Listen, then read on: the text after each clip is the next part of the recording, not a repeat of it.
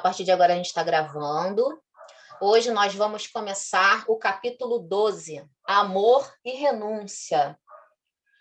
Bom, nesse capítulo, Humberto de Campos começa falando para a gente que anoitecia, né, em Cafarnaum, e Jesus, depois de uma das grandes assembleias populares do lago, se recolhia à casa de Pedro. Né? A gente já falou aqui, vai falar muitas vezes, vai ver muitas vezes que Jesus tinha o hábito, né, constante de ficar na casinha simples, humilde de Pedro.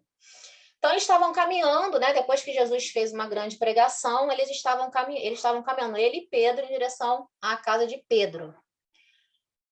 Com a sua palavra divina, havia tecido luminosos comentários em torno dos mandamentos de Moisés. Gente, tem uma instrução, uma mensagem, uma revelação, né, aqui, nesse pequeno trechinho, que mostra para a gente, ó, Jesus havia tecido luminosos comentários. Eram críticas? Não, né?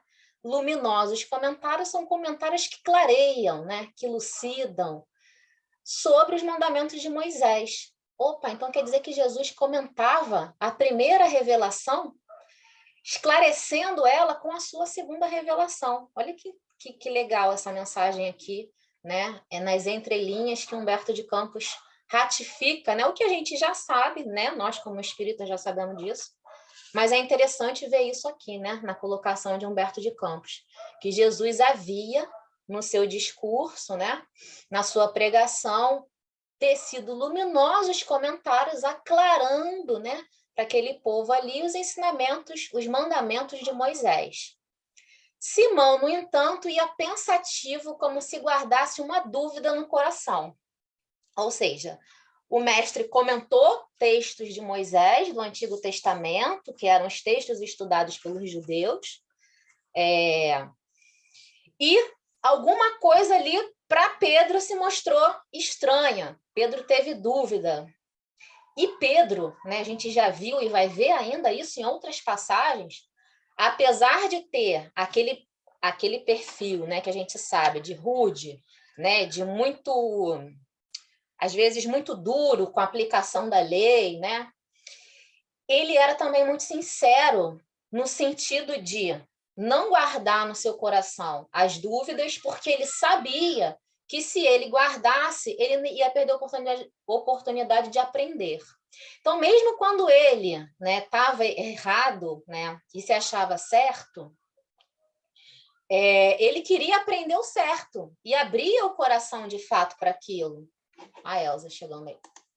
E abria o coração para aquilo, né? Então, ele sempre esclarecia, por pior, né, que fosse na cabeça dele a pergunta que ele faria para o mestre, ele não deixava de fazer.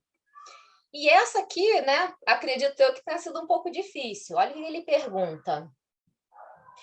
Inquirido com bondade pelo mestre, o apóstolo esclareceu.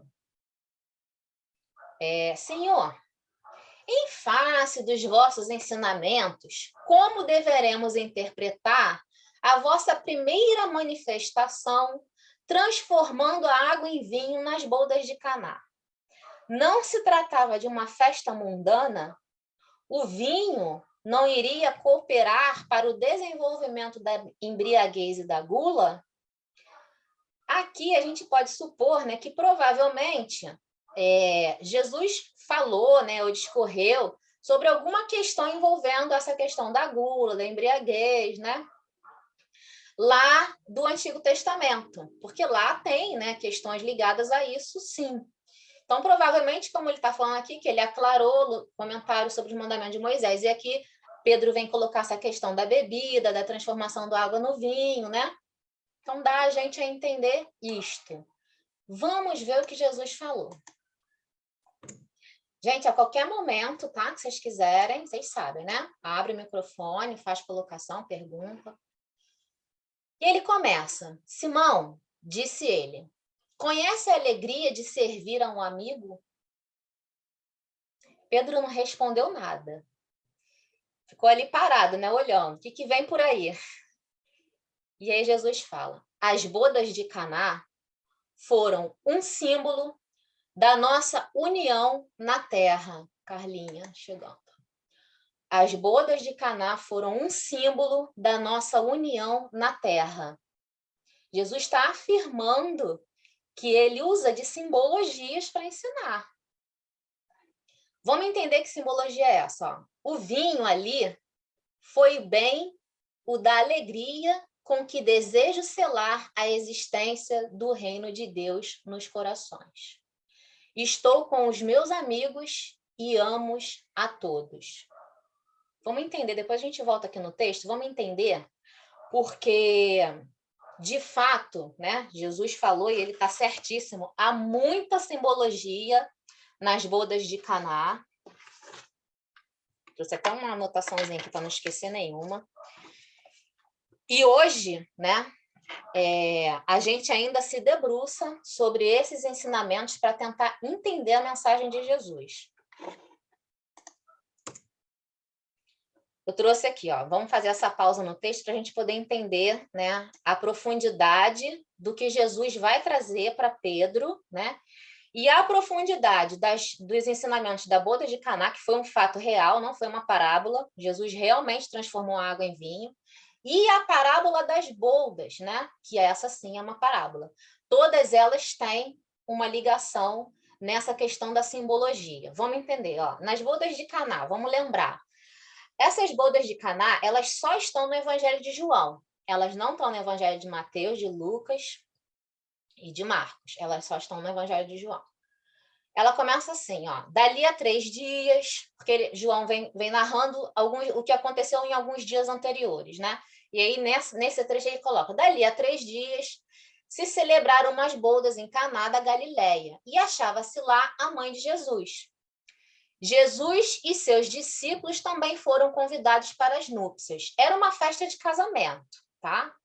Então, aqui João fala que a mãe de Jesus foi convidada, Jesus foi convidado e os seus discípulos também estavam lá. E provavelmente outras pessoas também ali próximos, né? Primos, da família. Provavelmente era um casamento de alguém ali bem próximo a eles. E faltou o vinho. A festa de casamento, na época, ela durava, em média, 7 dias, ou exatamente 7 dias, não sei, mas eram 7 dias.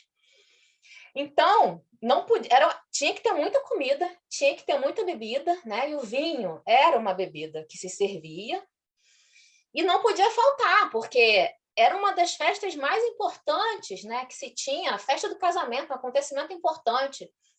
E os amigos do noivo que eram ali responsáveis por manter, né, por prover, porque o noivo tinha ali que festejar, que receber os amigos, dar atenção. Então, alguns amigos eram que ficavam responsáveis por manter ali, por prover, né, a servir, né, todo o serviço da festa.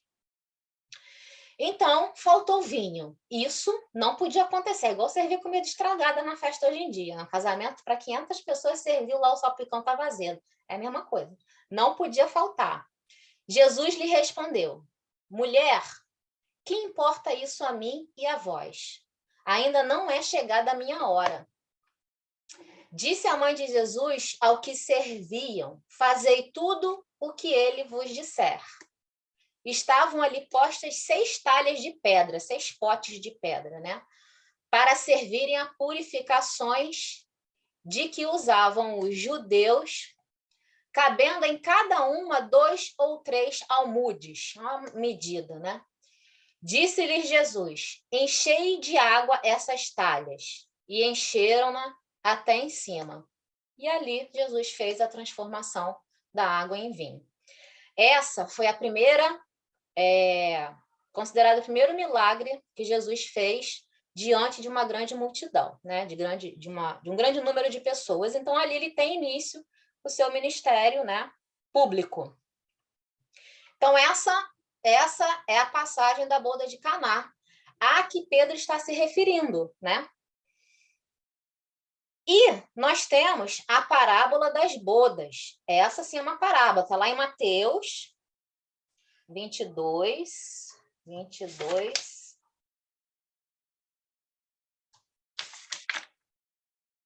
que aqui na tradução do Haroldo é parábola do grande banquete. Essa sim tem referência em Lucas também, tá? Essa é uma parábola. Que Jesus fala assim: Jesus tornou a falar-lhes novamente em parábolas, dizendo: o reino dos céus é semelhante a um homem rei que faz as bodas a seu filho. Mandou seus servos chamar os convidados para as bodas, mas eles se recusaram a ir. Coloquei só um trechinho para a gente relembrar. Então, vamos lá. Na primeira, né, quando Jesus fala assim, ó, as bodas de Caná foram um símbolo da nossa união na terra. Aqui ele já traz a simbologia que depois ele vai ensinar na parábola das bodas, dessa união. Que união é essa? Porque na parábola das bodas, o pai do noivo é Deus. O noivo é Jesus, filho de Deus, né? A noiva é a humanidade.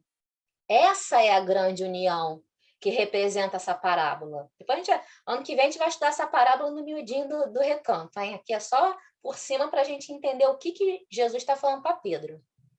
E o banquete, quem sabe? Alguém sabe? O que significa o banquete nessa parábola das bodas, nessa grande união de Deus com Jesus, a humanidade? Não é o casamento?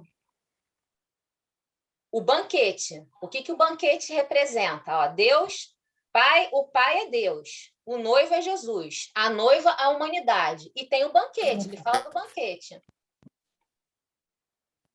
Hein, Elaine, me ouviu? Estou te ouvindo.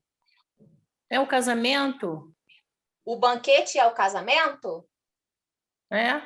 Não. Não O sei também. banquete seria aquilo que seria servido nesse casamento. Pensa uma mesa grande, assim, muito bem servida. O que isso representa nessa grande união? Qual é o simbolismo? O evangelho? O reino de Deus? Exatamente. O evangelho. Muito bom, Elza. Tu tá dizendo que eu estou chutando. Não está chutando, não, que ela não chuta. Estou arriscando. Não. É isso, André? Fala aí, André, se é isso.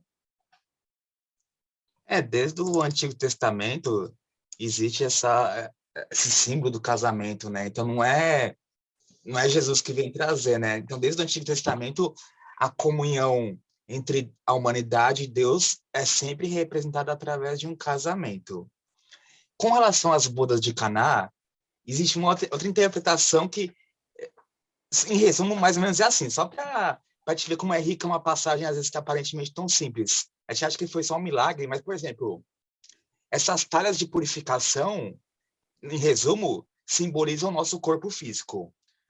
A água é o símbolo da materialidade e o vinho da espiritualidade. Então, a partir do momento que Jesus nos toca, ele transforma aquilo que é materialidade dentro de nós, né, aquele mais rasteiro, vamos dizer assim, em algo mais sublime, né, que o vinho na Bíblia tem esse símbolo da espiritualidade, enfim, né, da vinho, enfim. Então, a gente vê como que é rico, né? E Muito rico. o casamento é uma figura bem usada, né? Então a gente vê até outras religiões usam bastante, né? Porque eu sou a noiva do Cristo, etc, né? Porque é um evento importante, né? Para a família, para a construção, para o início, né? E Isso... não é à toa que chamava primeiro Novo Testamento e Antigo Testamento. Testamento é aliança. Aliança remete ao casamento. Então é um casamento entre o povo e Deus, né? Casamento mostrando essa comunhão mais íntima que existe entre criatura e criador, né? Então é muito bonito. Muito bom, André. Isso que o André trouxe, gente, essa simbologia, né, da água, né, que representa a matéria. O vinho representa o espírito purificado. Não é à toa, eu estou aqui com o livro dos Espíritos, né? E lá, alguns de vocês já devem conhecer, no Prolegômenos do livro dos Espíritos. Ó, vocês estão vendo essa plantinha aí? Vou ler para vocês o parágrafo. Aqui, gente, quem está falando no prolegômeno do Livro dos Espíritos? Nada mais, nada menos que João Evangelista, Santo Agostinho, São Vicente de Paulo, São Luís, o Espírito da Verdade, Sócrates, Platão, Fénelon, Franklin e assim vai. Né? Eles que estão falando, sou eu não, hein? E eles falaram assim, ó, porá no cabeçalho do livro, estão falando do livro dos espíritos, entre as instruções desses espíritos para Kardec, porá no cabeçalho do livro a cepa que te desenhamos. Eles desenharam, foram os espíritos que fizeram esse desenho para Kardec. Porque é o emblema do trabalho do Criador. Aí se acham reunidos todos os princípios materiais que melhor podem representar o corpo e o espírito. O corpo é a cepa. O espírito é o licor, ou seja, o vinho, né? A alma ou espírito ligado à matéria é o bago. Depois que você amassa, né, o cacho, as uvas, para transformar em vinho, a essência, né, o licor, o que sobra é o bago.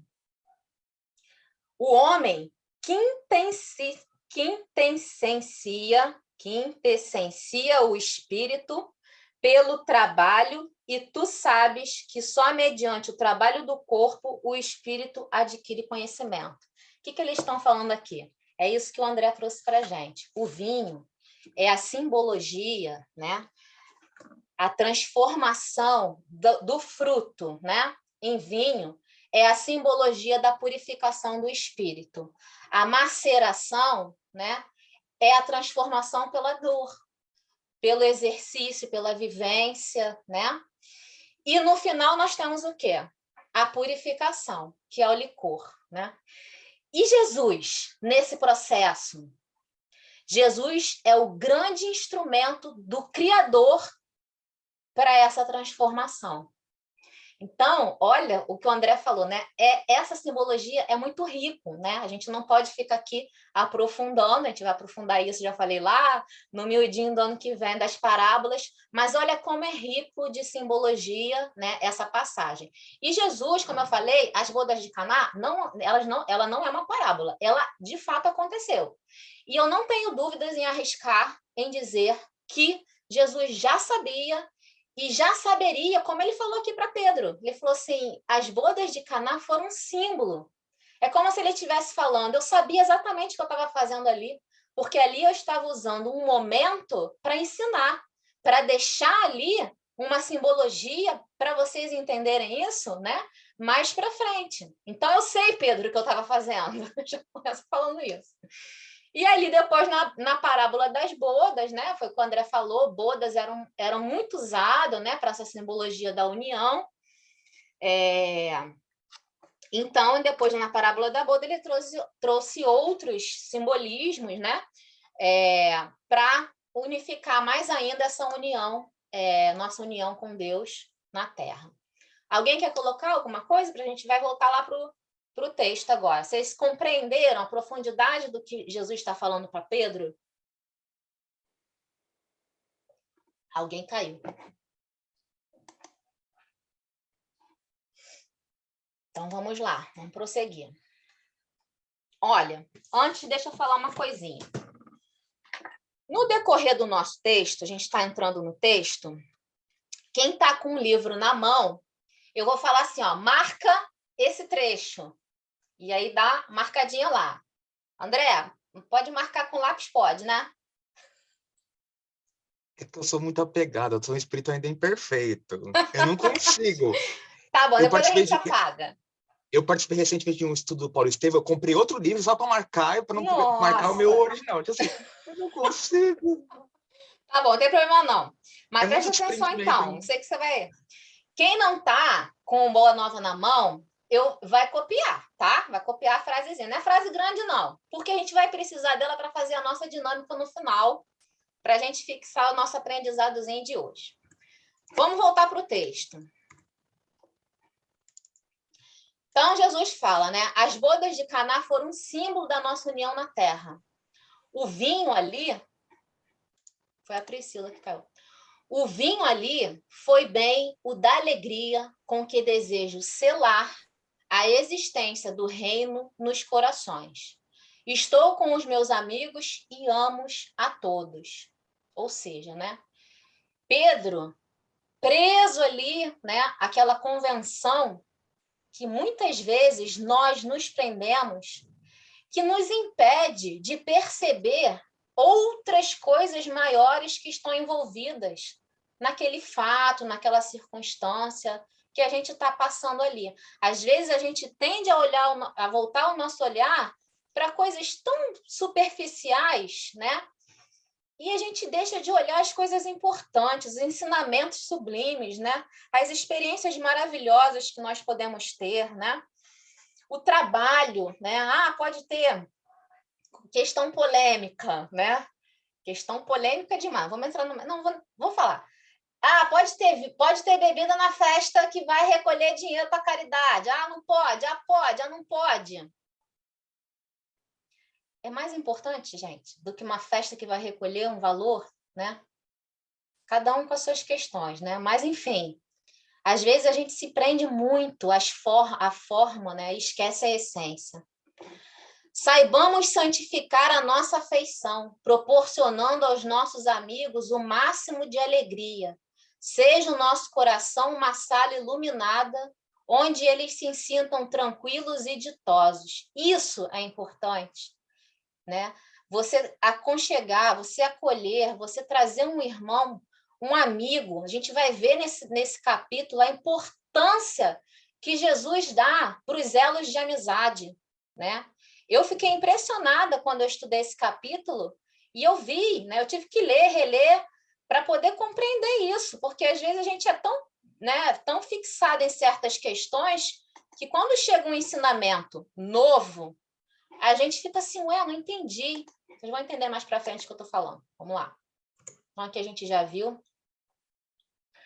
Mas Pedro, né, de início, como sempre, não conseguiu compreender, sentiu uma certa estranheza e interpelou novamente o mestre, né, com certa timidez.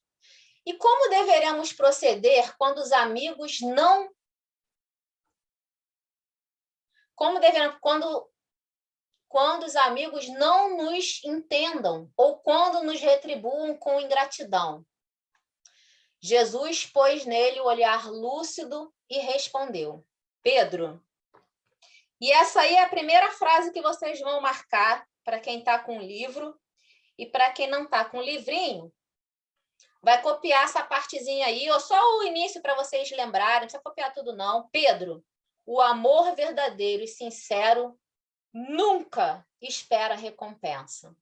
Gente, eu canso de falar, né, nos nossos estudos, que a gente ainda não consegue compreender a mensagem acerca do amor que o Cristo nos trouxe. A gente ainda não sabe o que é amar. A gente está longe de entender o que é amar.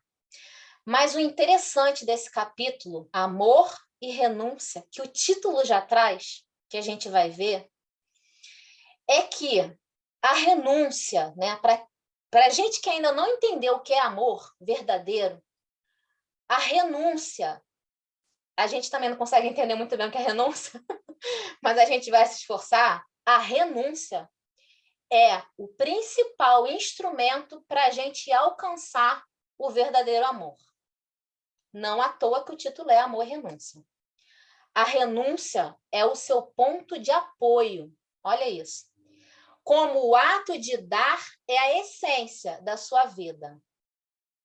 Como eu compreendo essa colocação de Jesus, tá? E aí, quem tiver uma outra interpretação, quem tiver uma outra reflexão, pode trazer aqui para a gente pensar sobre isso. Mas eu entendo que quando a gente ama de forma vaidosa ou de forma orgulhosa, que, ao contrário da renúncia, são os instrumentos que atrapalham a gente a entender ou a compreender, né? Ou a praticar o verdadeiro amor, o egoísmo, né? A vaidade, o orgulho, é que a gente quer amar, mas a gente quer que a pessoa que a gente ama faça a coisa ou a situação ou o que a gente acha do nosso jeito. Se não fizer do nosso jeito, irrita. Se não fizer do jeito que o meu ego acha que é o certo, então não tá bom. Se trair a minha vontade, os meus caprichos, não tá bom. Esse é o amor que a gente pratica. Só que o amor que Jesus trouxe para a gente, essa renúncia, é você renunciar ao que você quer, ao que você acha, ao que você pensa, ao que vai acariciar o seu ego, mas renunciar verdadeiramente, em razão do outro. Ah, eu quero ir no cinema. Ah, eu quero ir na praia. Meu amor, você quer ir na praia? Eu queria ir no cinema, mas se ir na praia é o que vai te fazer feliz, vamos na praia. Porque a sua felicidade é a minha felicidade. Isso é renúncia. Ah, mãe, eu quero fazer faculdade de artes. Minha filha, eu sonhei para você a faculdade de direito. Ah, mãe, mas eu não gosto, eu gosto de arte. Não, não, senhora. Arte não é vida para ninguém. Você vai fazer faculdade de direito. Isso não é amor. Isso não é renunciar ao que você construiu, né, para uma outra pessoa em favor da felicidade dessa pessoa. Então, eu poderia ficar aqui de noite falando um monte, né? Um monte de exemplos para a gente entender, né? Ou tentar entender o que é renúncia em favor do amor, como instrumento do verdadeiro amor. A capacidade de sentir grandes afeições já é em si mesma um tesouro. Ou seja, né, se você tem a capacidade de construir com o outro grandes afeições, né, se você se deixa envolver, se você envolve, se você dá atenção, se você realmente cria, tem a capacidade de criar laços, né, isso já é um grande tesouro, porque tem gente que não tem, muito pelo contrário, né, tem gente que tem a capacidade de repelir, de atormentar, né, de construir muros, infelizmente, porque quem vive assim, né, infelizmente não vive bem, né, que não há quem viva bem assim, não consegue construir laços de amizade, né, não consegue construir laços afetivos, não consegue. Então, aqui Jesus está falando, se você já consegue construir, né, grandes afeições, já é uma dádiva. A compreensão de um amigo deve ser para nós a maior recompensa. Encontrou um amigo que te compreende, que te escuta, né? É uma recompensa. Você escuta também, né? É uma recompensa. Todavia, deu tempo de copiar aí, pelo menos o primeiro trechinho, hein? Pedro, o amor verdadeiro e sincero nunca espera recompensa. Só esse trechinho aí já vai dar para entender o que a gente vai precisar lá na frente. E a outra é esse aqui, ó. Segunda frase. A compreensão de um amigo deve ser para nós a maior recompensa. Essa é a segunda frase, tá? Para vocês anotarem, para a gente fazer o nosso trabalhinho lá na frente. Vamos lá. E com o olhar absorto na paisagem crepuscular, onde vibrava sutis harmonias, Jesus ponderou profeticamente. O vinho de Caná poderá um dia transformar-se no vinagre. Ih, alguém caiu. No vinagre da amargura. Contudo, sentirei mesmo assim júbilo em sorvê-lo, em bebê-lo, por minha dedicação aos que vim buscar para o amor do Todo-Poderoso. Alguém sabe por que Humberto de Campos colocou ali que Jesus ponderou profeticamente nesse trechinho aqui? Quando ele estava crucificado, ele disse que tinha sede, pediu água e deram vinagre a ele, né? Muito bom, Raquelzinha. Também porque, meio também porque ele ficou sozinho, né? Todo mundo deixou ele ali, né? Então é como se o vinho da amizade tivesse transformado em vinagre, né? No vinagre, muito bem. E o Haroldo trouxe, né, no estudo dele sobre esse capítulo, uma coisa que eu achei muito legal sobre essa passagem aqui. Ele falou assim, que ele recebeu água, né, como o André trouxe para a gente, a simbologia da matéria, e entregou para a gente o vinho, o melhor, né, que tinha de bebida, entregou o vinho, né, ou a espiritualidade, né, ou a transformação. E, do contrário, quando ele pede para nós a água, a gente entrega o vinagre. Eu achei assim essa interpretação assim forte, né? Mas muito, muito, muito pertinente com essa passagem aqui.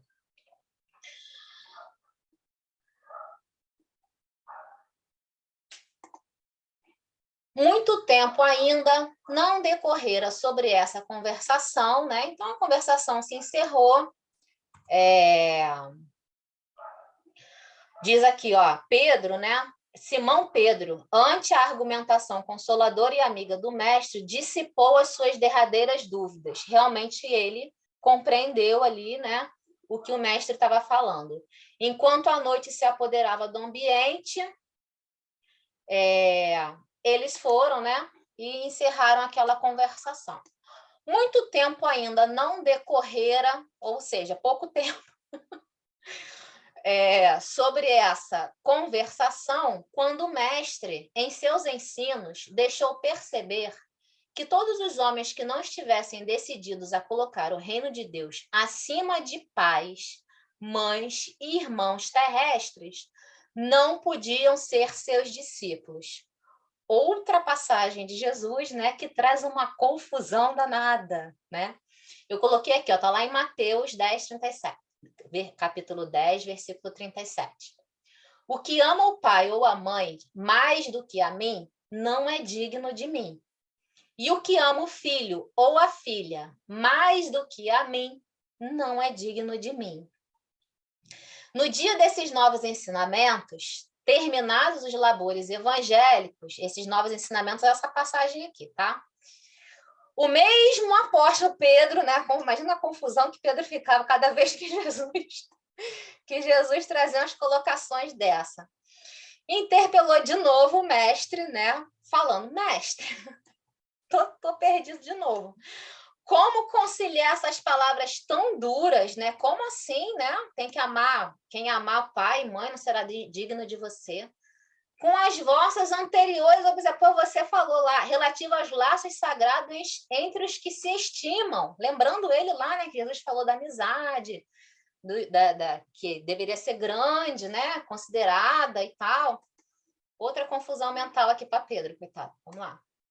Mas ele tinha Jesus, né, ali pertinho dele. Tinha muita confusão, mas tinha Jesus do lado, né, para elucidar essas confusões. Tu queria eu. Simão, a minha palavra não determina que o homem quebre os elos santos de sua vida. Antes, exalta os que tiverem a verdadeira fé para colocar o poder de Deus acima de todas as coisas e de todos os seres da criação infinita. Ou seja, eu não estou mandando, né, nos meus ensinamentos, eu não estou dizendo que você não tenha que amar os elos santos, né, que são lidados na sua vida. Não é isso que eu estou dizendo. Mas o amor maior tem que ser a Deus. Não constitui o amor dos pais uma lembrança da bondade permanente de Deus? Deixa eu não me perder aqui, onde que está a outra frase? Não, tá certo. Bondade permanente de Deus não representa o afeto dos filhos, um suave perfume do coração? Tenho dado aos meus discípulos o título de amigos por ser o maior de todos. Gente, tá aqui a Elza, que não me deixa mentir. Essa última frase, quando eu estudei pela primeira vez, eu fiquei assim, oi? Por ser o maior de todos. Tenho dado aos meus discípulos o título de amigo por ser o maior de todos. Ou seja, né? A amizade é o maior de todos os laços. Vamos entender. O evangelho, continuou o mestre, estando o apóstolo a ouvi-lo atentamente, não pode condenar os laços de família, mas coloca acima deles o laço indestrutível. E a Márcia tinha caído. O laço indestrutível da paternidade de Deus. Opa, deu uma aclarada nisso aqui, né? O que Jesus está dizendo aqui? Ó? Nós conhecemos duas formas de família. A família consanguínea, né? Papai, mamãe, filhinhos, irmãos, é uma família. E qual é a outra família que a gente conhece? Quem fala aí? É a parentela universal, né? espiritual. Muito bem, Elza. Nós temos a família universal. Nessa nossa construção que a gente tem, da nossa famíliazinha consanguínea, né? Tem o nosso papaizinho, tem a nossa mamãezinha. São importantes? São. Mas quem é mais importante nessa hierarquia? Deus, né? Ou esses laços? Em Deus, que também é nosso pai, né? Nosso pai maior, também não, né? É o nosso pai maior. Em Deus, nós somos todos irmãos. Esse é o sentido da colocação, né? Nós precisamos amar todos os nossos irmãos, porque todos são filhos de Deus, assim como nós.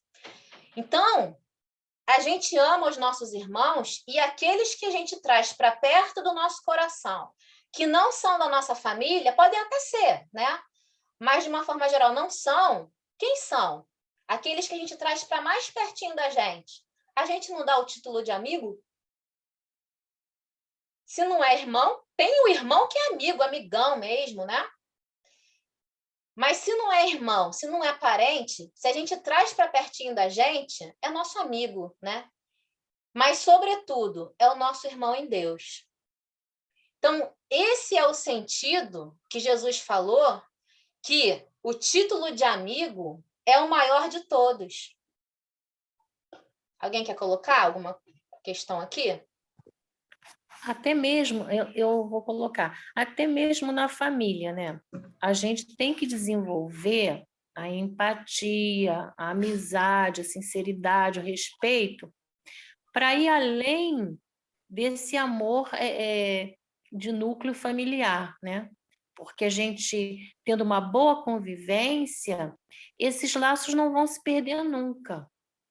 Assim como uma família, que a pessoa fica com aversão ao outro, que ficam sem falar, que aquela briga não tem fim. Então, quer dizer que aquilo não se perdura no afeto, né? Eu também acredito assim. Sim, também, Elza. Também concordo. E por isso que eu falo, na família, né? A gente sabe, né? A família é o nosso primeiro núcleo de transformação, de educação, de resgate. Na família, às vezes, né, a gente pode não ter uma pessoa que a gente pode confiar tanto como a gente confia, às vezes, num amigo, né? Embora, né, foi o que Jesus colocou ali que você está falando, a gente precisa, sim, a gente precisa se esforçar para construir esses laços de amizade dentro da nossa família, né? Alguém mais quer falar? Colocar? Eu, Elaine. Fala, Me Raquel. lembrei lá de Paulo na pergunta 1009, quando você fala, quando aqui no livro fala que a gente tem que colocar Deus acima de todos, né? E aí Paulo fala lá, né, que no pedacinho lá que nós devemos gravitar em torno de Deus, né?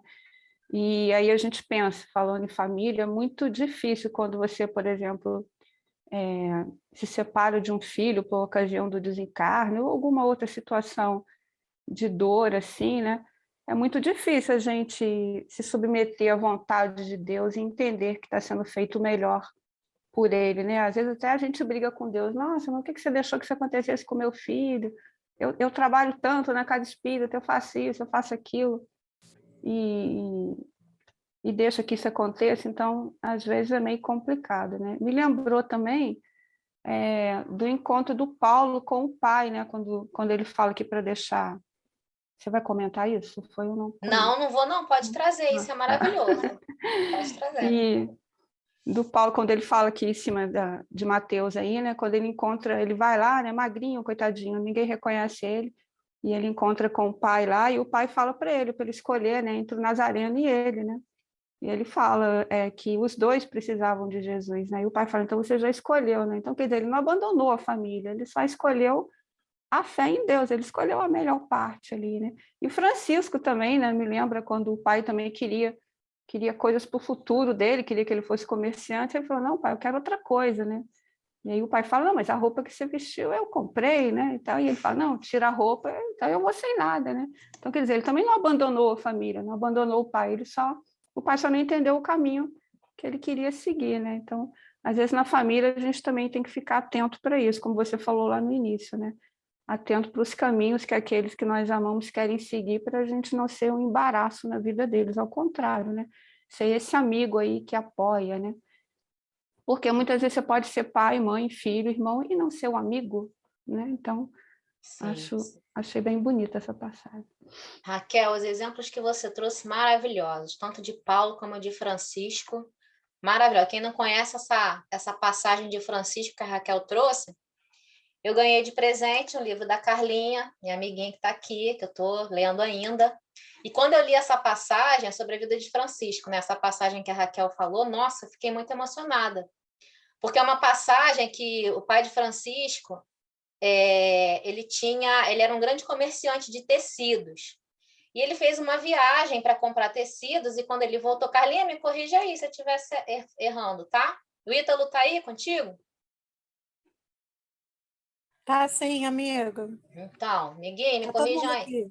Meus consultores de Francisco. E aí o pai volta, né? E aí ele pega os tecidos e faz roupa ou doa para os pobres, né? Enfim. Zera a loja, ou vende, pega o dinheiro para fazer caridade, alguma coisa assim, né? Acho que ele vende, né? Tudo da loja, todos os tecidos e tal. E o pai volta e fica enfurecido com ele. E tinha um padre, né? Que vai tentar conciliar os dois no meio da praça, de uma praça pública.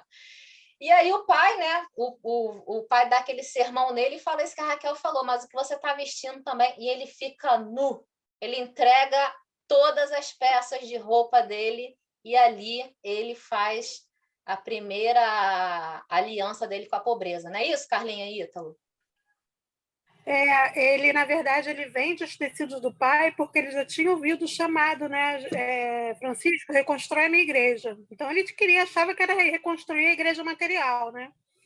E aí, realmente, acontece isso, né? Eles vão até o bispo Guido, e aí, quando o pai diz que vai deserdá-lo, ele tira a roupa, entrega ao pai e fala, meu pai agora é aquele que está no céu. Muito bom. São os exemplos que a Raquelzinha trouxe maravilhosos, que ilustram perfeitamente isso que a gente está trazendo. E de Paulo, né?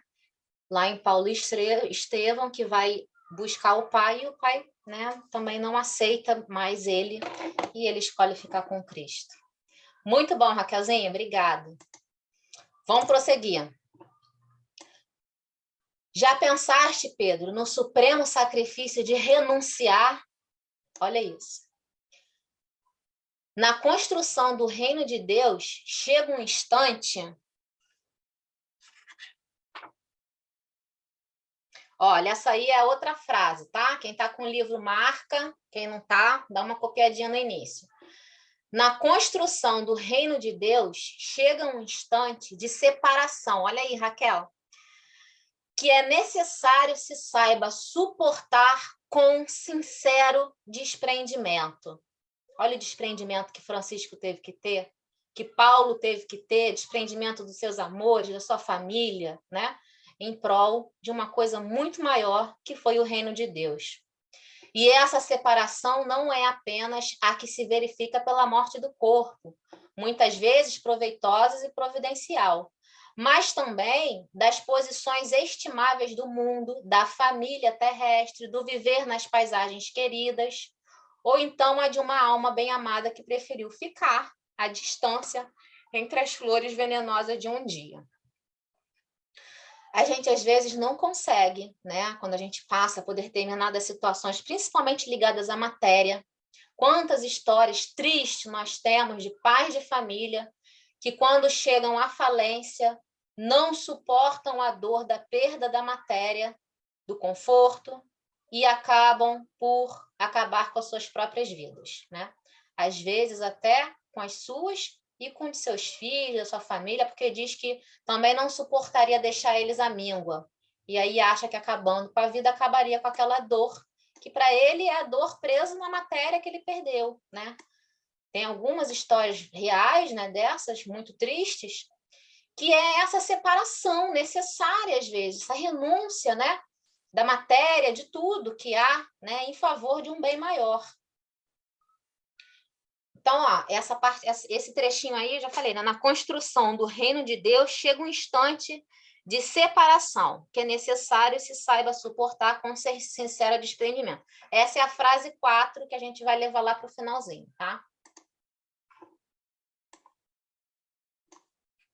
Ah, Simão, quão poucos sabem partir por algum tempo do lar tranquilo ou dos braços adorados de uma afeição por amor ao reino, que é o tabernáculo da vida eterna.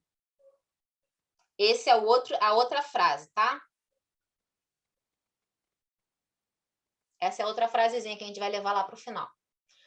Como são raros os que sabem ceder e partir em silêncio por amor ao reino, esperando o instante em que Deus se pronuncia. Entretanto, Pedro, ninguém se edificará sem conhecer essa virtude de saber renunciar com alegria em obediência à vontade de Deus. Gente, olha a afirmativa de Jesus aqui. Ou a gente aprende a renunciar em todos esses aspectos de renúncia que a gente falou até aqui, ou a gente aprende a renunciar, ou a gente não vai evoluir. Ninguém se edificará, ou seja, não vai edificar, não vai evoluir, não vai construir nada no seu coração sem aprender a renunciar com alegria. Não é renunciar batendo o pé, não. Ah, eu não queria. Ou ficando bravo. Tá bom, vai você então, faz do seu jeito. Não é assim, não. É renunciar feliz de ver o outro feliz, né? Aquela historinha, quero ir no cinema, quero ir na praia. Quer ir na praia, meu amor? Vai te fazer feliz? Vai, então vamos. Vamos, porque o que te faz feliz é o que me faz feliz. Eu estou feliz. Não vamos fazer o que eu quero, mas esse é de menos. Você está feliz, eu estou feliz. É essa renúncia. Renúncia com alegria. Assim, Elaine, né? isso lembra também com Eurípides também, né? Que renunciou ao sonho dele de ser médico para cuidar da mãe, né? E ele fala, nunca mais a gente toca nesse assunto. Então, quer dizer, ele renunciou desse jeito aí, com alegria, e falou, não, eu vou ficar aqui com a minha mãe porque é o melhor que eu posso fazer. Também não ficou toda vez falando, não, eu podia ter feito isso, podia ter feito aquilo. Ele levou a vida dele também. Acho interessante lembrar disso. Muito boa lembrança também, Raquel. Carlinha tá com a mão levantada, é a Carlinha ou é o Ítalo? Não sei. Fala aí, amiguinha. Não, sou eu. Né? A Raquel lembrou, né? De Eurípides, ele não podia deixar de ser médico, né? Tanto é que foi. Sim. Assim, aprendeu. Aprendeu na renúncia, né? Não, e assim, quando eu li esse trecho aqui, né? Quando ele fala em separação, o em partir em silêncio, eu fiquei pensando nos amores, né, que retornam para o plano espiritual e que muitas vezes a gente se revolta, a gente se entristece, né? E aí, apesar, não só a renúncia, né, do dia a dia, né, do estar junto, do enquanto espírito encarnado, mas dessa renúncia também, né, de saber que cada um tem a sua hora de partir e entregar esse amor a Deus com tranquilidade. E confiança, né, Carlinha? E confiança. Exatamente. O que às vezes, né, demonstra também esse egoísmo nosso, né, de querer, né, aquela pessoa tinha que estar do meu lado ainda, ela não poderia ir, né, tinha que estar aqui comigo. Mas às vezes esse ir dessa pessoa, né, dependendo da condição do espírito, está muito melhor lá no plano espiritual, né? Dependendo da condição do espírito, está muito. Independe, amiga. Mas aí é que tá, independe da condição. Sim, né? Tá seguindo, né? De qualquer forma é bom, seja sofrendo, seja feliz, é um processo que vai ser bom para o espírito, né? Exatamente, assim, ele está evoluindo, não importa se está numa situação boa ou se está numa situação ruim, o que importa é a gente entender esse desígnio e essa necessidade de separação sem revolta. Verdade. Né? Assim, na hora que você falou isso, veio, na hora que você leu, eu falei, cara, é isso aí, esse aí é o recado. Verdade, muito bom.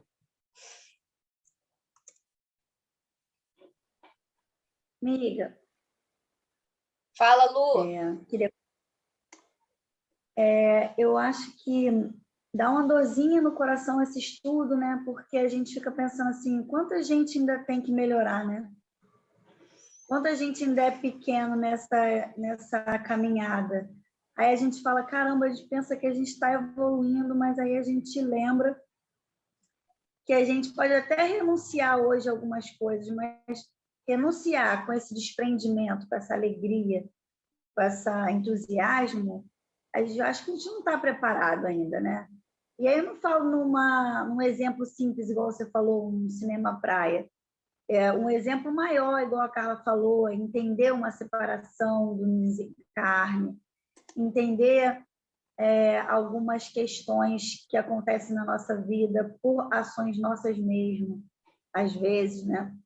Então, eu acho que a gente tem que realmente refletir sobre esses ensinamentos e fazer o nosso melhor para que o nosso espírito esteja preparado para essas renúncias que somos convidados toda hora a fazer as nossas renúncias, né? Seja em qualquer âmbito de familiar, pessoal, a gente está sendo convidado à renúncia. O tempo inteiro, né, Lu? Principalmente nossa relação com o outro, foi o que você falou. O tempo inteiro. E a renúncia, né? Se a gente pedisse assim, mestre, eu não entendo ainda o seu amor, não, mas me dá aí um roteirinho para facilitar. Primeiro item, né? Como ele colocou aqui, renúncia. Aprenda a renunciar com alegria. Né? É o caminho para o amor verdadeiro. Não é fácil, né? Porque a gente ainda tem nosso ego muito inflado, nós temos o nosso orgulho, a nossa vaidade, é o tempo todo exigindo o que a gente quer, achando que o que a gente quer é o certo. Mas vamos lá, vamos se esforçar. Muito bom, Lu. E isso aqui que Humberto de Campos coloca foi o que me inspirou a fazer o nosso trabalhinho que a gente vai fazer aqui no final. Dando o testemunho real de seus ensinamentos, o Cristo soube ser, em todas as circunstâncias, o amigo fiel e dedicado. Nas elucidações de João, vemos-lo exclamar, o André até colocou aí, né, André, no comentário, já não vos chamo servos, porque o servo não sabe o que faz o seu senhor. Tenho-vos chamados amigos, porque vos revelei tudo quanto ouvi de meu Pai. E na narrativa de Lucas, ouvimos-lo dizer, antes da hora extrema, tenho desejado ansiosamente comer convosco esta Páscoa antes da minha paixão. Ninguém no mundo já conseguiu elevar a altura que o Senhor as colocou, a beleza e a amplitude dos elos afetivos, mesmo porque a sua obra inteira é a de reunir, pelo amor, todas as nações dos homens no círculo divino da família universal. A gente não consegue unir aqueles que estão próximos da gente nesse elo universal de amor. O trabalho de Jesus é unir a humanidade inteira. E ele vai conseguir, né? Está lá naquele capítulozinho. Não descansarei enquanto não chegar ao porto da vitória. E a gente sabe que ele vai conseguir, né? Ninguém no mundo já conseguiu elevar a altura que o Senhor as colocou a beleza e a amplitude dos elos afetivos. Gente, a gente está na metade, mais ou menos na metade do nosso livro. A gente já conseguiu ter, né, uma pequena demonstração de como Jesus amava os seus discípulos, como ele era paciente, como ele era acolhedor, como ele era um irmão presente, né? Não só os discípulos, a todos aqueles que vinham em busca dele, né, de uma palavra, de uma cura que fosse. Ninguém nunca exemplificou como ele. É isso que Humberto de Campos está colocando aqui, ele tem toda a razão. Sem proferir. Deixa eu voltar aqui mais um pouquinho. Mas também por demonstrar que o reino de Deus deve constituir a preocupação primeira das almas, ninguém como ele soube retirar-se das posições no instante oportuno em obediência aos desígnios divinos. Qual o exemplo aqui que a gente lembra, que a gente já estudou, a retirada dele de Nazaré, né? Quando ele estava lá pregando no seio da sua família, na terra onde ele cresceu, né? Ali onde todos conheciam ele, que deviam ficar felizes, né, em receber o Messias. Ele veio da gente, ele veio da nossa aldeiazinha, Nazarena. Não, ele foi totalmente ali tratado mal, né? Enfim, os discípulos ficaram enfurecidos com isso, mas ele soube se retirar em silêncio, demonstrando que o mais importante é o reino de Deus, né? E falou para os discípulos: você não acha que querer que todo mundo goste da gente, a vaidade? Olha, Jesus, entretanto, ensina as criaturas nessa hora suprema. Não, peraí, pulei. Em obediência, depois da magnífica vitória da entrada em Jerusalém, é traído por um dos discípulos amados, Judas, né? Negam-no os seus seguidores e companheiros. Suas ideias são tidas como perversoras e revolucionárias. É acusado como bandido e feiticeiro. Sua morte passa por ser a de um ladrão. Tudo isso acontece com ele depois dele acolher, amar, curar, bendizer, abençoar.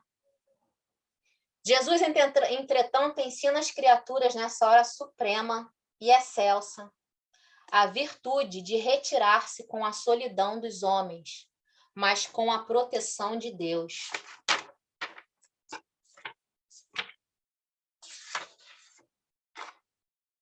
Ele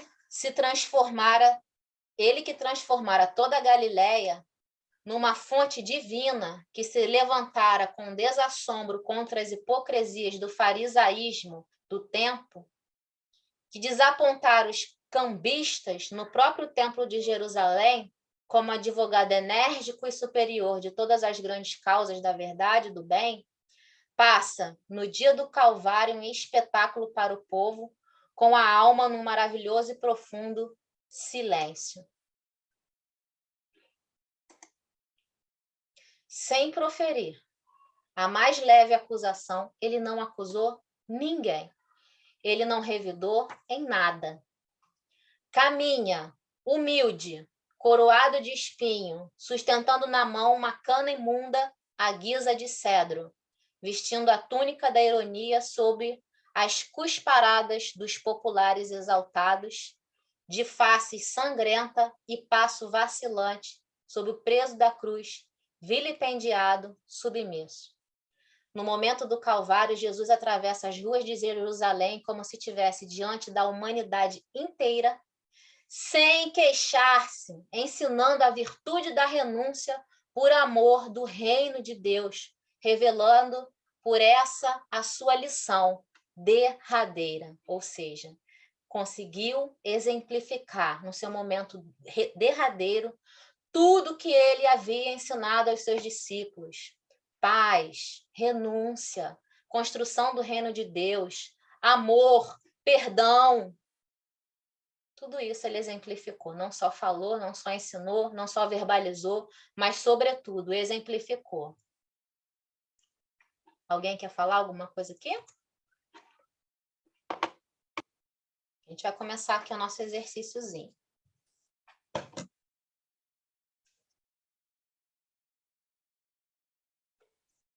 Fala, Marcinha, levantou a mão. Aprendeu a levantar a mão, irmãzinha? Aprendi. Caiu a minha internet, eu fiquei um tempo sem saber. Eu perdi algumas falas, algumas frases. Ah, das frasezinhas? Vou revisar, vamos lá. Deixa eu contar uma coisa para vocês. A gente, antes, ela não sabia levantar a mãozinha, aí quando encerrava o estudo, ela falava assim, poxa, eu queria falar, mas eu não sei levantar a mão. Aí eu falava, abre o microfone, não precisa levantar a mão. Mas a pessoa, quando é educadinha, é educadinha. Agora já aprendeu, né, irmãzinha? Carlinha, quer falar alguma coisa, meu amor, antes da gente começar? André? Não, amiga, tudo bem. Elza, Arthur, Rita. Eu tô com medo.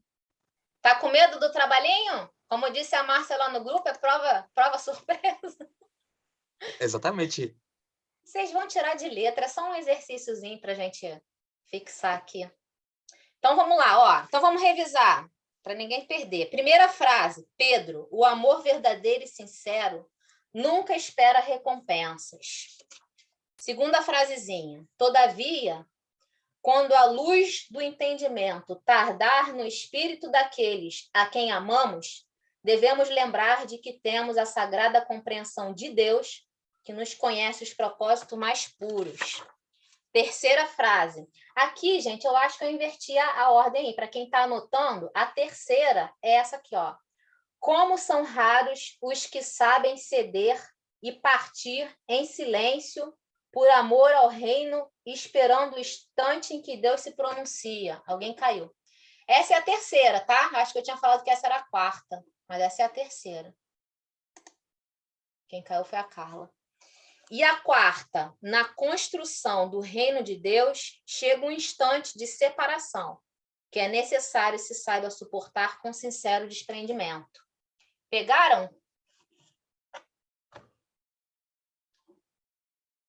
Então, vamos lá. Posso colocar? Para a gente...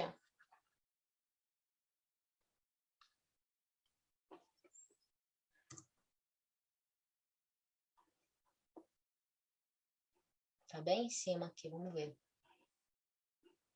Márcia, você levantou a mão de novo ou você ainda está com a mão levantada? Levantei de novo. Ah, então fala. Eu estou com mais frase.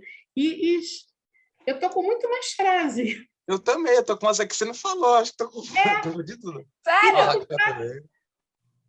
Eu também estou falando, nossa, por exemplo, a compreensão de um amigo deve ser para nós a maior recompensa. Você falou e você não falou agora. Não falou. Aí você falou, essa última, Simão, quantos poucos sabem partir por algum tempo, do lar tranquilo, do braço adorados. Ela também não falou. Eu falei, acho amor. que ela tá... Não? O que eu Falou não não. falei?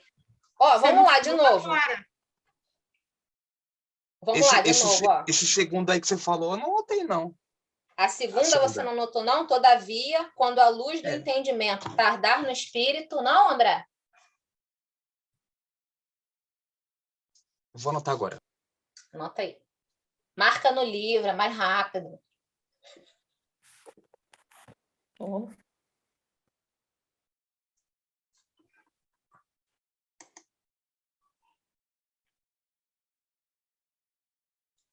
Em cima do negocinho aqui. Juliette, você está ouvindo direitinho? Porque em cima do teu negocinho aqui tem um símbolozinho que está desacelerar. Nunca vi isso. Ela tá muito acelerada, Juliette, eu acho. Tá acelerando. Não, é um calmante para ela. Vou desacelerar aqui. A terceira é a compreensão de um amigo deve ser para nós uma recompensa? Vamos lá, deixa eu ver. Não. Como são raros... Eu não falei essa compreensão para Pedro, o amor verdadeiro e sincero nunca espera recompensa. Elaine, você falou a compreensão de um amigo deve ser para nós a maior recompensa. Você mandou anotar. Desculpa. Você depois falou, você mandou até a gente escrever. Depois você falou, a primeira você falou. Espera aí. A primeira não é possível que eu errei. Pedro, o amor verdadeiro e sincero nunca espera recompensa. Essa foi a primeira. A segunda você falou, a compreensão de um amigo deve ser para nós a maior recompensa. Eu também anotei isso. E a outra, a terceira e a quarta eu não anotei porque a internet caiu. Todavia, quando a luz do entendimento... Essa é a segunda. Então, vamos de novo, para ficar legal o nosso trabalhinho? Ó, todo mundo pegando de novo. Pedro, o amor verdadeiro...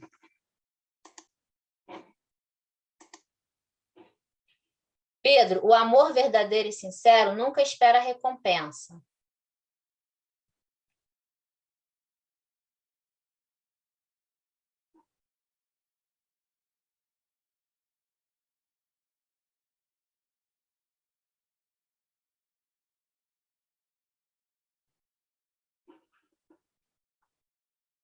Qual foi a outra que eu falei? A compreensão. A compreensão de um amigo deve ser para nós uma recompensa. Mas agora você acrescentou. Todavia, quando a luz do entendimento tardar no espírito, agora você acrescentou. Então, essa daí começa daí. Quando a luz do entendimento tardar no espírito daqueles a quem amamos, essa é a segunda. Ajuda você a colocar no chat? Se quiser, eu coloco no chat. Pode colocar. Tá bom.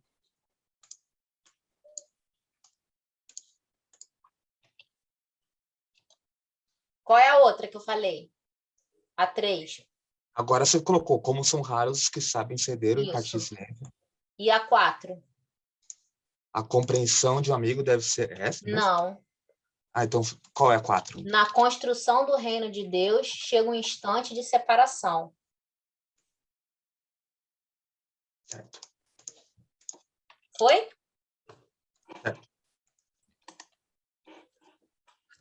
E a 5ª? Não tem quinta, não. Oxe, essa é a compreensão de um amigo. E na construção... Não. Você falou 6, Elaine. Sério, gente? Elaine, Mas você falou também, por Ah. amor desse reino, que é o tabernáculo da vida eterna. Não, eu não falei, não. E também falou, se Então não tá, olha só. impartir. Vamos fazer o seguinte, então, se eu falei, desculpem. Eu acredito em vocês que eu falei, né? Porque às vezes, como diz a Elza, eu como palavra, eu troco palavra, fico animadíssima. A gente vai renunciar a ter razão para... Tá bom? Exatamente. Olha, vamos Esse é o exercitar. exercício, pessoal. Pela amizade, a amiguinha aqui que come a palavra, que troca, né? Que faz a confusão toda. Então, vamos ficar com essas 4, então, tá? Então, vamos lá. Essas frases, né? Vocês viram, estão vendo? A gente tirou do texto. E foram ensinamentos de Jesus sobre a renúncia em nome do amor e, sobretudo, o amor sublime a Deus, né? Que tem que ser o nosso maior amor.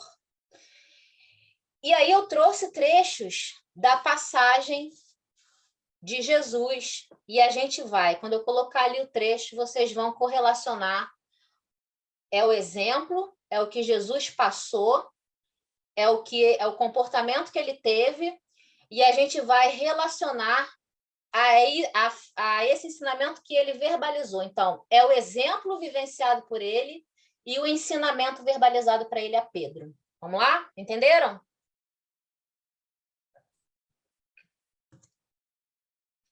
Depois da magnífica vitória da entrada em Jerusalém, é traído por um dos discípulos amados.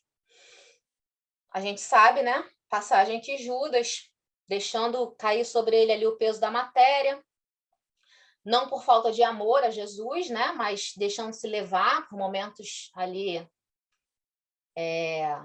de pensamentos errados, enfim. Ele traz Jesus. Dessas 4 frases que a gente separou, desses ensinamentos, qual foi o comportamento de Jesus diante dessa traição dele, de Judas? A 4, Quem falou, Marcinha? Marcinha. Na construção do reino de Deus chega um instante de separação? Quem mais? Quem mais quer falar?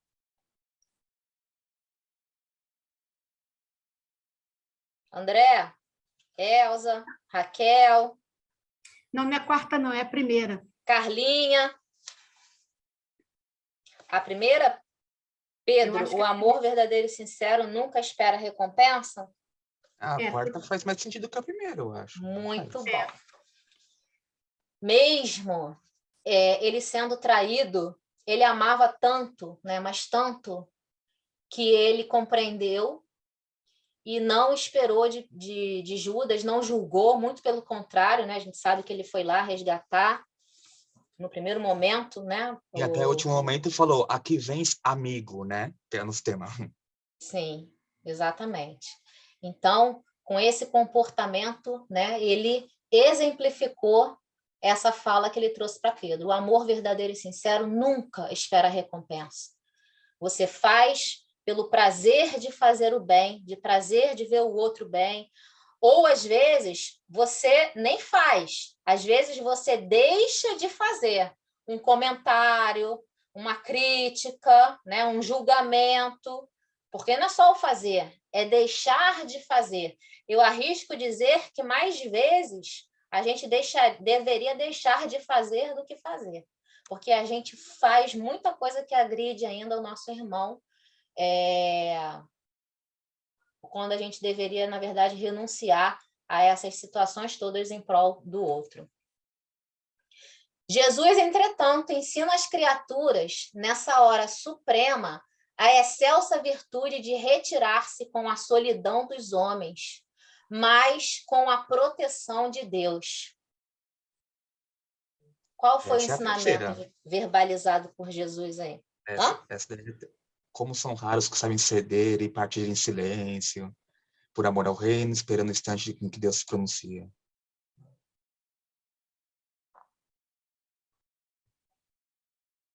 Mais alguém?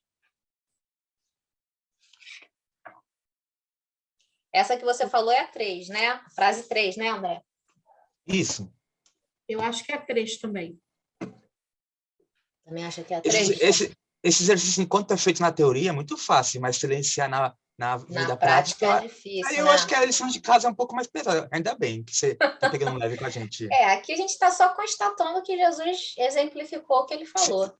Seria um exercício pior Diferente da se gente, né? Que fala e não exemplifica nada. Exato. Quando a luz do entendimento tardar no espírito daquele a quem amamos, devemos lembrar-nos de que temos a sagrada compreensão de Deus. Você linkou com isso daí? Linkei. Você acha que não? É porque o outro fala sobre silêncio, sobre esperar a providência divina, eu achei que... Mas será que tem outro que se encaixa com o outro também? Aí eu não sei, quem fez exercício é você. Então vamos para o próximo.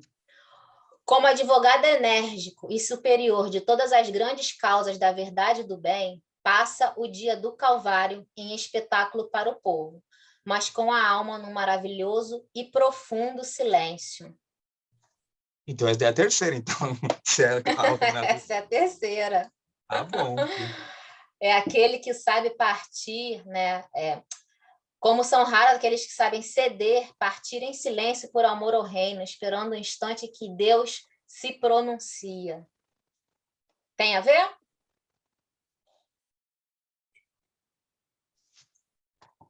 E a última, né? Por eliminação. Sem proferir a mais leve acusação, caminha humilde, coroado de espinho, sustentando nas mãos uma cana imunda à guisa de cetro, vestindo a túnica da ironia sob as cusparadas dos populares exaltados. De face sangrenta, passos vacilantes sob o peso da cruz, vilipendiado. Na construção do reino de Deus chega um instante de separação que é necessário se saiba suportar com sincero desprendimento. Nessa última aqui, eu vou perguntar. Desprendimento de quê? Nesse momento, no que diz respeito a Jesus. O que vocês acham? Do orgulho. De tudo, né? Do orgulho, vaidade. Não, olha só, vamos pensar. Ele está se desprendendo, ou seja, tem alguma coisa que poderia estar preso nele, mas ele está abrindo mão. Ele está se desprendendo. Será que Jesus tinha orgulho, vaidade? A gente tem. Não é a gente que eu estou falando, não. Nesse momento, eu estou falando de Jesus. O corpo humano. Hã? O corpo humano. O corpo material. Corpo material? Quem arrisca mais? Maria, mãe dele. Maria. Os amigos que foram os discípulos dele. André. Ele fala, desprendendo de uma alma bem amada que preferiu ficar à distância. Me lembrou dela.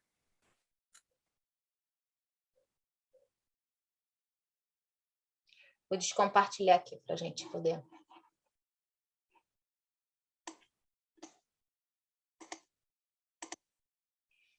Quem mais pensa? Mais alguma coisa que Jesus poderia estar ali se desprendendo, renunciando?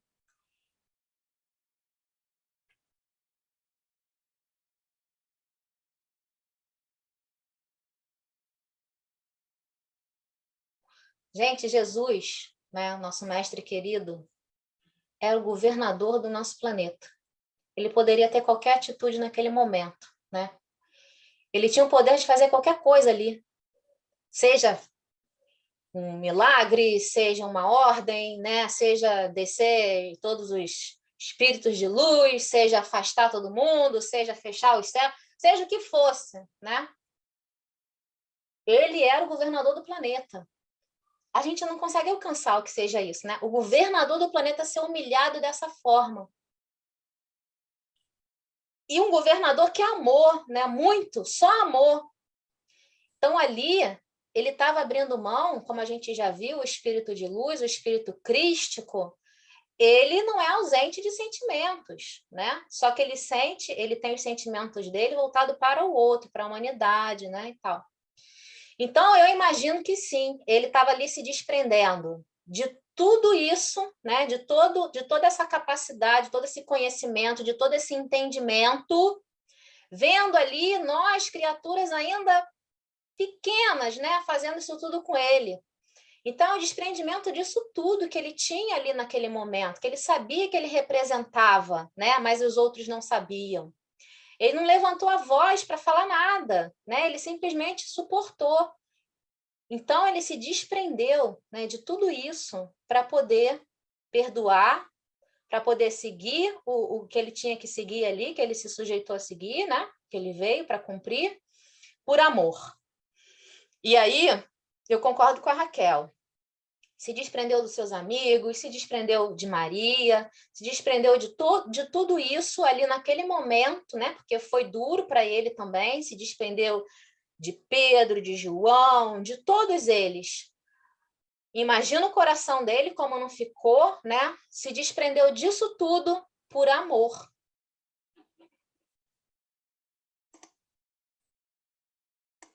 Se desprendeu da dor também, né?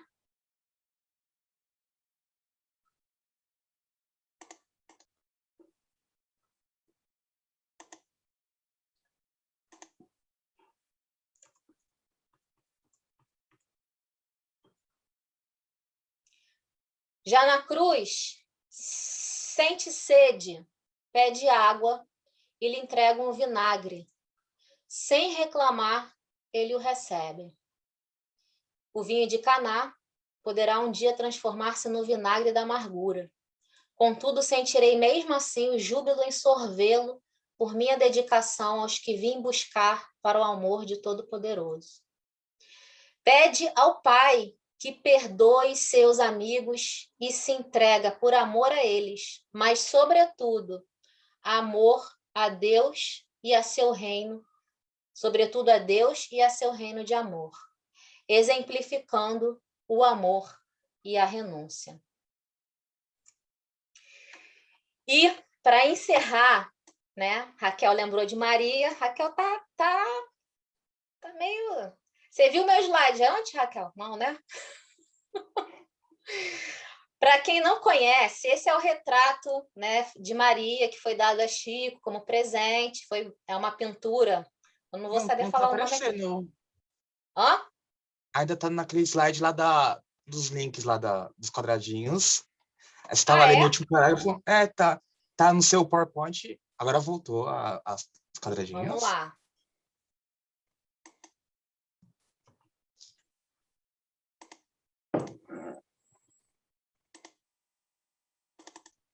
E agora? Agora sim. Agora sim. Agora sim? Então, para quem não conhece, esse é o retrato de Maria, que foi pintado por... Como é que é o nome, gente? Eu esqueci. Lembra aí alguém que lembra o nome? E ele foi pintado mediunicamente, tá? Tem uma palavra técnica... Pictou alguma coisa. Isso, Pictografia. Isso, exatamente. Pictografia. É uma pintura mediúnica, tá? Explicando, o termo é uma pintura mediúnica. Ele foi pintado, né, por um médium e foi entregue a Chico. Foi um presente dado a Chico, né? Chico era apaixonado por Maria, né? Então, foi um presente que foi dado a Chico. Então, é a imagem de Maria, tá? E lembram da passagem das bodas de Caná, que nós falamos que tem muita simbologia, né? Muito bonito de se estudar. E tem uma frase de Maria ali que não à toa foi colocada para a gente hoje pensar sobre ela. Que é essa frase aqui, ó. Fazei tudo quanto ele vos disser. O conselho é sábio e profundo, e foi colocado no princípio dos trabalhos da salvação. Maria falou isso no primeiro momento que Jesus estava iniciando o seu ministério público, né? Escutando semelhante advertência de mãe, meditemos se realmente estaremos fazendo tudo quanto o mestre nos disse. Conselho de mãe, hein? Conselho de mãe se escuta.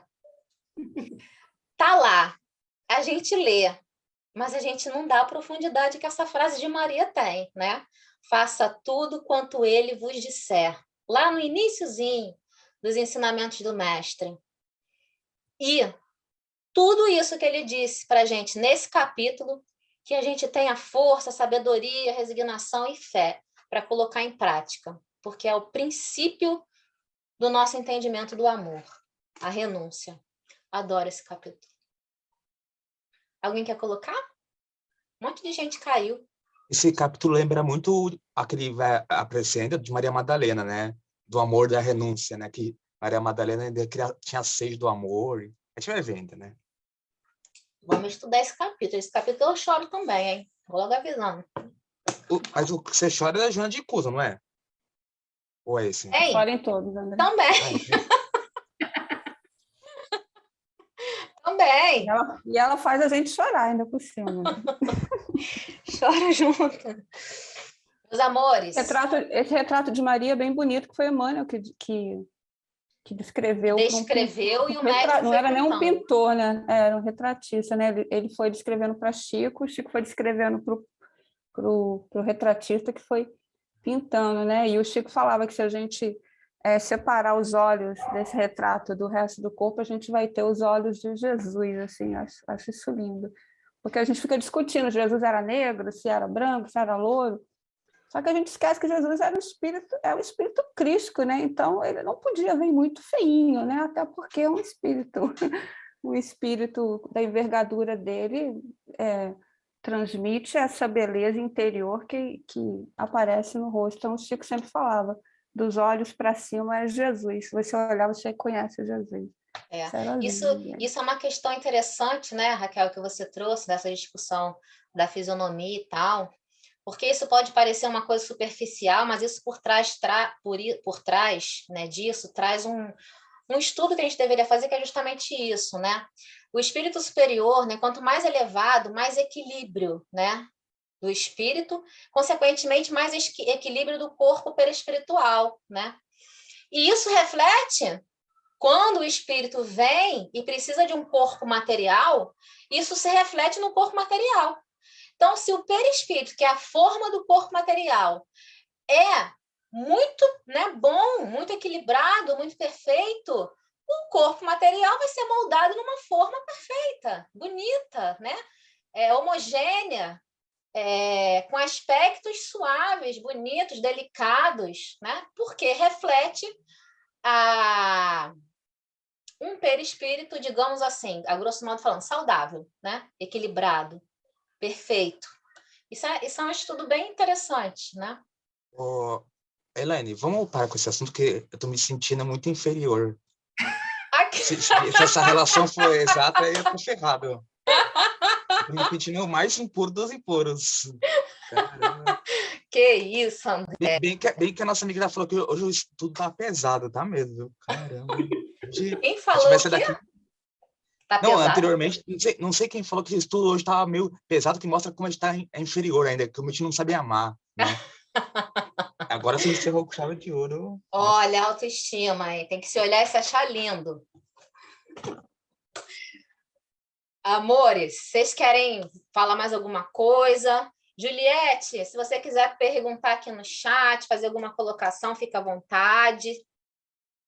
Marcinha, Lu, 8h30 já, para a gente encerrar nosso estudinho. Algumas pessoas já caíram. Tempo de terminar. Oi, Lu? Falei que está tudo ótimo. Pode terminar, né? Então tá bom. Então, amores, obrigada mais uma vez pela participação de vocês aqui, construindo o nosso estudo, nossas reflexões. Semana que vem tem mais. ver qual capítulo da semana que vem.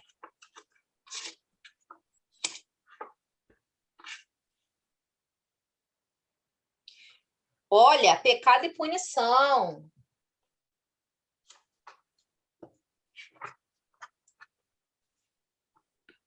Pecado e punição. Vamos nos preparar para semana que vem. Olha, se vocês acharam que hoje foi pesado, pecado e punição traz para gente a passagem do apedrejamento da mulher. Eita! Vou passar um deverzinho de casa para a gente vir preparada para esse estudo, tá? Fala, Arthur. Até que enfim eu vi a voz do Arthur hoje. Eu estou até agora olhando para as frases aqui, olhando, para ver mais pontos. Para ver o quê? Eu não entendi. Cada vez mais tonto de tanto olhar aqui as frases, aqui, todas elas. Pede para a Elza te passar cola, que a Elza fez esse estudo mas lá. Mas tem uma coisa que vem na minha cabeça aqui. Fala. A gente precisa mesmo levar mais a sério o que a gente fala no final da oração, quando diz, seja feita a sua vontade. Muito bom. Exatamente. A gente profere, né? Totalmente da boca para fora, né? É tão fácil falar. Né, Arthur? É fácil, né? É igual a Raquel falou. Que a gente não vivencia, né? Não me lembro exatamente o que foi. A Raquel falou nesse estudo nosso. A gente não vivencia o que a gente fala, alguma coisa assim. E é exatamente isso. A gente profere a oração, né? E a oração do Pai Nosso. Se a gente for estudar, né? Um dia a gente vai ter a oportunidade de estudar, a gente não faz nada daquilo ali. Nem pensa, nem sente, nem faz. Porque ali, né? Estão pedidos que, na verdade, a gente está fazendo para que a gente pense, vivencie e fale. Uma delas é essa, seja feita a sua vontade. Lembrei que a Raquel falou que a gente não consegue se entregar, né, às vezes, para a vontade de Deus. Né? É isso, Raquel? A gente não consegue, é isso que você está falando, né? Seja feita a sua vontade é o quê? Entregar, né? Entregar tudo o que acontece para Deus. Tá do jeito que eu quero? Não. Mas, com certeza, tá do jeito que Deus fez e é o melhor para mim. Tem uma frase eu acho que é do Emmanuel, que eu li, não sei de quem, mas eu li essa frase e nunca mais esqueci, que diz que a palavra é um dom divino, quando acompanhada de atos que é testemunho. Muito bom. Tá estudioso, hein? Tô gostando de ver. Exatamente isso. A gente costuma falar muito assim, mas é difícil. Mas é muito difícil. É difícil. Mas se a gente precisa parar de falar que é difícil. A gente precisa falar assim, eu quero conseguir, eu quero fazer, né? É acordar de manhã e falar, hoje eu vou conseguir não acusar, hoje eu vou conseguir não maledizer, hoje eu vou conseguir, tá? Se a gente ficar, né, nesse exercício que é difícil, a gente está justificando que a gente não vai conseguir, né? Mas se a gente se colocar no comportamento de conseguir, eu costumo falar assim, nessa vida a gente não vai conseguir transformar tudo, mas se a gente conseguir transformar uma coisinha, né? Por exemplo, eu acho que eu tenho vaidade. Pega a vaidade, né? Em que momentos eu coloco para fora a minha vaidade? Nesse momento. Então, a minha meta vai ser tentar transformar um pouco a minha vaidade. Acorda e mentaliza. Não vou colocar o que eu acho à frente de tudo, não vou ser vaidosa, não vou ser... Pronto, segue o dia. Se a gente fizer esse exercício, né? É o que João Batista falou lá no início, né? Que imprimia austera disciplina até que aquilo se tornasse natural.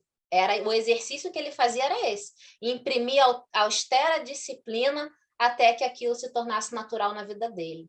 Então, é essa a proposta que a gente tem que fazer para a gente. A gente já sabe que é difícil. Não precisa ficar falando que é difícil. É difícil. Amar é difícil, perdoar é difícil, renunciar é difícil, tudo difícil. Mas a gente precisa falar, eu quero conseguir. E aí, na outra vida, a gente vai, né? Vai conseguindo outro, e vai subindo o degrauzinho, até chegar lá. Muito bom, Arthur. Alguém mais quer colocar, amores? Alguma coisa para gente? Então, vamos encerrar nosso estudinho de hoje. Quem quer fazer a nossa prece? Marcinha está com o microfone aberto, é a única, hein? Acho que é você, hein, Marcinha?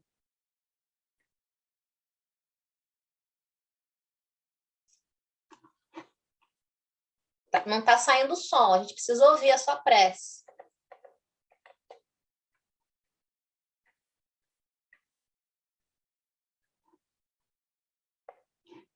Lu, você faz para a gente, então? A Marcinha está com o microfone fechado. Tá bom. Obrigada. Faço. Vamos lá.